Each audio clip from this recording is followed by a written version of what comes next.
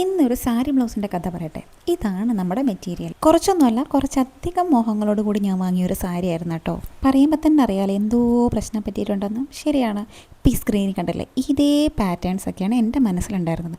പക്ഷേങ്കിൽ അത് ഈ ഒരു മെറ്റീരിയൽ നടക്കത്തില്ല. കാരണം വേറൊന്നുമല്ല, നമ്മുടെ മെയിൻ മെറ്റീരിയലും അതിൻ്റെ ബോർഡറും വന്നിട്ട് സെയിം കളറായിപ്പോയി. അപ്പോൾ ഞാൻ എന്ത് ഡിസൈൻ ചെയ്ത് കഴിഞ്ഞാലും ഒന്നും എടുത്തറിയേല. വാങ്ങിച്ച സമയത്ത് ഇത്ര ഗഹനമായി ഞാൻ ചിന്തിച്ചിട്ടുണ്ടായിരുന്നില്ല. അതിൻ്റെ ഞാൻ വീട്ടിൽ വന്നിട്ട് അനുഭവിച്ച് പറ്റിയൊരു മോഡൽ ആലോചിച്ച് തലവേദന വരെ എത്തിച്ച് അവസാനം രണ്ടും കൽപ്പിച്ചങ്ങ് വെട്ടിയിട്ടോ.